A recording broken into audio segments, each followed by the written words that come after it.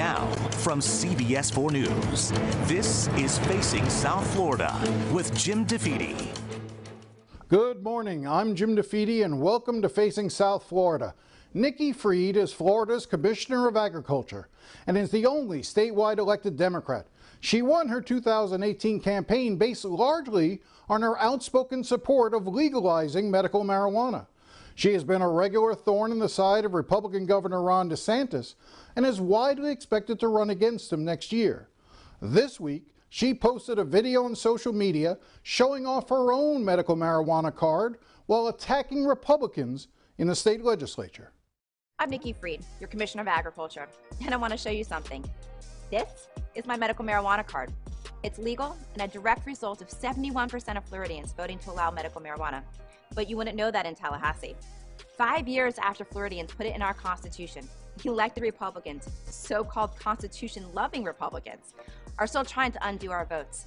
When we sat down to talk, I started by asking her why she posted that video. I ran to destigmatize cannabis and to really move the ball forward on legalization and access to it for patients. So normally I wouldn't ask about a person's medical history, but since you've put it out there, under what category did you qualify for a medical marijuana card? A sleep disorder, which is underneath the PTSD, that's part of the catch-all.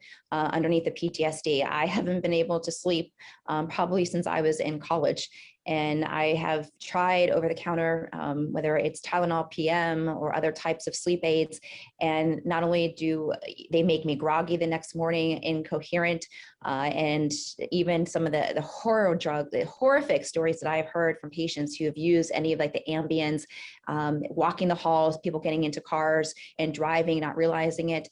And so medical marijuana has been able to, I used it at night at the end of the evening to help me go to sleep and stay asleep and then wake up next morning ready to start the rest of my day. I'm not going to doubt that what you're describing is serious and that from your perspective and your doctor's perspective, it's legitimate. But I do want to go back because you cite the 2016 amendment and you talk about how 71% of voters approved it. Just to remind folks, the ballot title was Use of Marijuana for Debilitating Medical Conditions.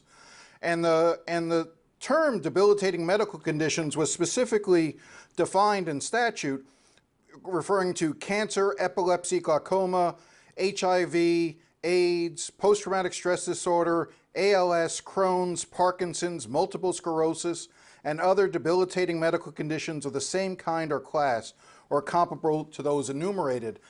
I guess what I'm saying is, you know, do you think that people would have voted for it if they had included sleep disorder or inability to be able to sleep? I do, because the amount of people that I talk to across not just the state, but across the country who have similar conditions that just really can't sleep, and that is debilitating. Walking the halls every single night.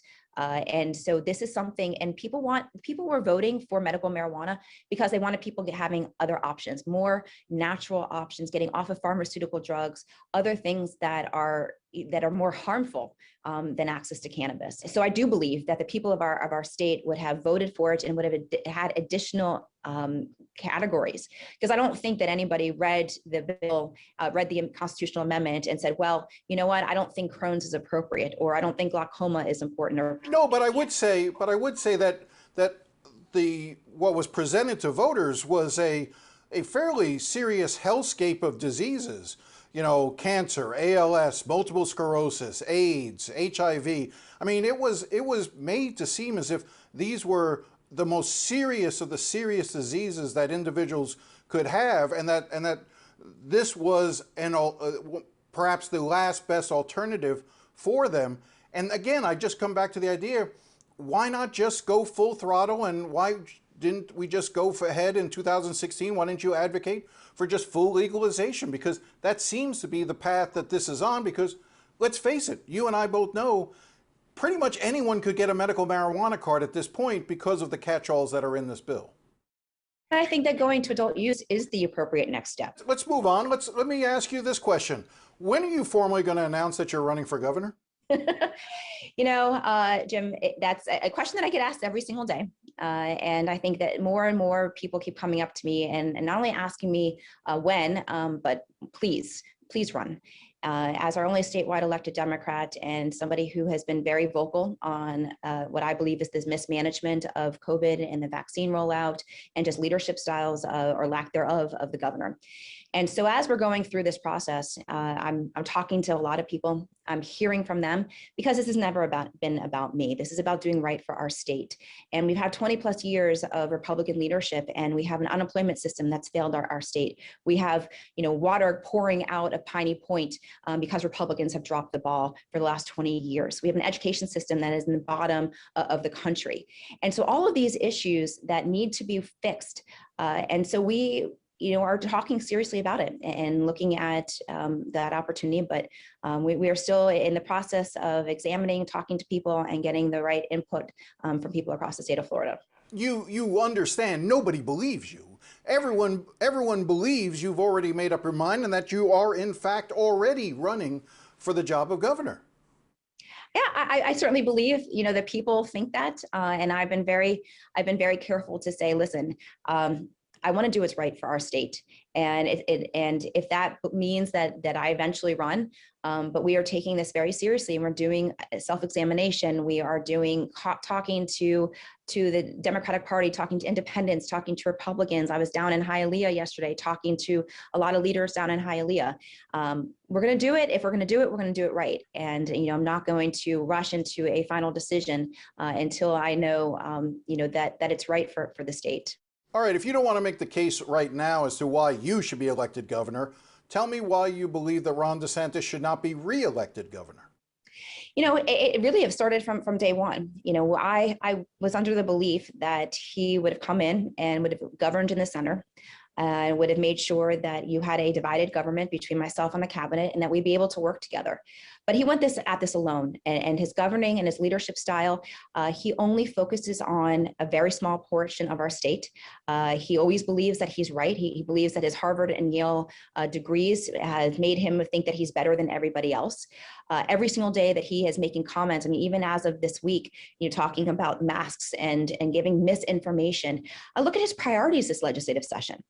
While we're in the middle of a pandemic, while people are suffering, 34,000 individuals we've lost, and that's family members, people that are still suffering and haven't received their vaccine. And that should be our priority during this legislative session. And that's the things that I've been supporting and really getting behind this session, talking about food insecurity, talking about energy and the climate crisis. What is the governor talking about?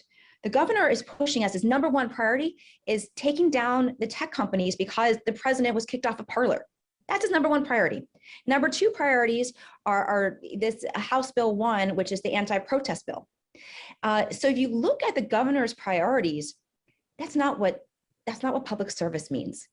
Public service means taking care of the people as a whole. And the governor has spent the last 2.5 years taking care of his donor base, taking care of people that can line his pockets for this next election, doesn't understand the environment. He's supposed to be a champion of the Everglades. He barely knows how to talk about the Everglades, certainly doesn't know how to talk about any other environmental issue in the state of Florida. And we've seen that all of these issues, whether it's Piney Point or the unemployment system, or other things that have gone wrong in our state, that he was made aware of these issues from day one, whether it's during his transition or during the last 2 years of his administration, and he's ignored them. You've been critical of his actions related to COVID. I don't think there's much denying the fact that some of the strategies that the governor put forward have in fact worked. For instance, placing an emphasis on closing down nursing homes, locking them down, that did prove to be the right strategy. That was different than what was being done in New York. New York, as a result, suffered far greater losses in their nursing homes and assisted living facilities than Florida did. I think it is fair to say that those actions did lead to saving quite a few lives in those nursing homes. Do you not agree with that? No, I do agree that there's been some moves like the nursing homes. I think that it was definitely appropriate for our schools to have been opened. But however, and even still with the schools, that his leadership on all of this waffled the whole time. First he would put out one executive order and then he would change it. And it was creating chaos at our school districts. It created chaos with parents and teachers, showed no true leadership. And then even still, when they said the schools are going to, then threatened them, if you don't open, we're going to withhold money if you don't have a plan on opening, and then didn't give them the resources that was necessary to open our schools, whether it was PPE, whether it was making sure our teachers were at the front of the line to be vaccinated. And so he went into this showing no plan, no strategy, and just kind of threw everything up in the air. Well, let's talk about DNR for a second, because it seems to me that the Florida Democratic Party is a complete disaster. That's not a question. I'm just making that as a statement. The Florida Democratic Party is in disarray. What makes you think that Democrats could win statewide in 2022? Hasn't Florida shown itself to be a pretty reliable red state at this point, given the results of 2020? No, not at all. First of all, 2020, I do believe was an outlier. There's a lot of things that went wrong in 2020. Lack of coordination between the Democratic Party, the elected officials, the people that were running campaigns, both for state and Senate races, for state House and Senate races, the Biden campaign. There was a complete disconnect. Democrats stopped doing grassroots campaigning, didn't do door-to-door, didn't stop voter registration. And so we, in a lot of ways, conceded the state. And there was the messaging, we were not proactive. We were playing defense the whole time. And I know that the lessons that we learned in 2020 will help us to be successful in 2022. I mean, look, I just won 2 years ago. So let's again talk as if you are running for governor, even though you're not ready to announce it. You know that running, even if you were to run for re-election, but particularly if you were to run as governor of the third largest state of the country, you're going to come under a level of scrutiny that you have not faced before. Even running statewide prior, you're going to be dissected in ways that is never going to be uncomfortable. And so I'm going to raise one of those issues now, which is that incident that took place last June in Fort Lauderdale at the Westin Hotel with you and your boyfriend, in which there was an allegation of domestic violence. You at the time denied that your boyfriend had put his hands on you, had hit you, had shoved you. I just want to be clear, sitting here today, you still maintain that he was not physically abusive towards you. Absolutely. Really, every couple fights, and we had a bad night. We have moved on, and the people of the state of Florida should move on as well. I want to be clear, has he ever struck you in any sort of way, ever put his hands on you? Not at all. Okay. Not at all. At the time you said something which I think caught a number of people by surprise in the way that you said it. And I do think it's important to go back and talk about. You said at the time, I'm a 42-year-old independently strong female, and I would never allow somebody to put their hands on me and to abuse me. I mean, Commissioner, you and I both know that no matter how strong a person may be, they can still be the objects of abuse. And that your words at the time made it seem as if only weak women would be abused, and that's not the case. Do you regret the words that you chose? I was talking from a personal perspective, as somebody I'm at the gym every day, somebody who is fiercely independent, and I'm not talking for any other woman out there, I would never let that happen. And so for any woman who may have misconstrued that and who may be in a domestic battery relationship, that doesn't make you weak by any stretch of the imagination. Know that there's a lot of people out there who will give you help and assistance, and there's nothing to be embarrassed about. I was talking about, in my perspective, for people who have known me my whole life, somebody who I am as a person, that would never allow something like that to happen. And if it did happen, they would be shown the back front door. It would be a very bad day for anybody who thought that putting their hands on me was appropriate. Earlier, we talked about the fact that you have a medical marijuana card, that you are moving towards legalization of marijuana. Is marijuana the only drug you want to see legal, or would you support legalization of other drugs as well? That's the only one that I'm on board with right now. I know there's a big push across the country and here in the state of Florida too on the expansion of psychedelics and using it for mental health purposes. I am somebody who you will find now campaign trails. Who I am is I'm a policy wonk. I want to see the numbers. I don't just get on board with issues just because that's the popular thing to do or not the popular thing to do. So I have not been sold on that yet, but I know that there is a movement. But right now, my focus is the access to cannabis and legalizing cannabis. Other than marijuana, have you used other drugs? No. None. Okay. None. Right. These are the questions you're going to be asked. So it's That's easy. That is easy. The only time that I've ever seen any other illicit drugs is as a public defender, and that's representing my clients and evidence being put into the record. So not even people around you. No.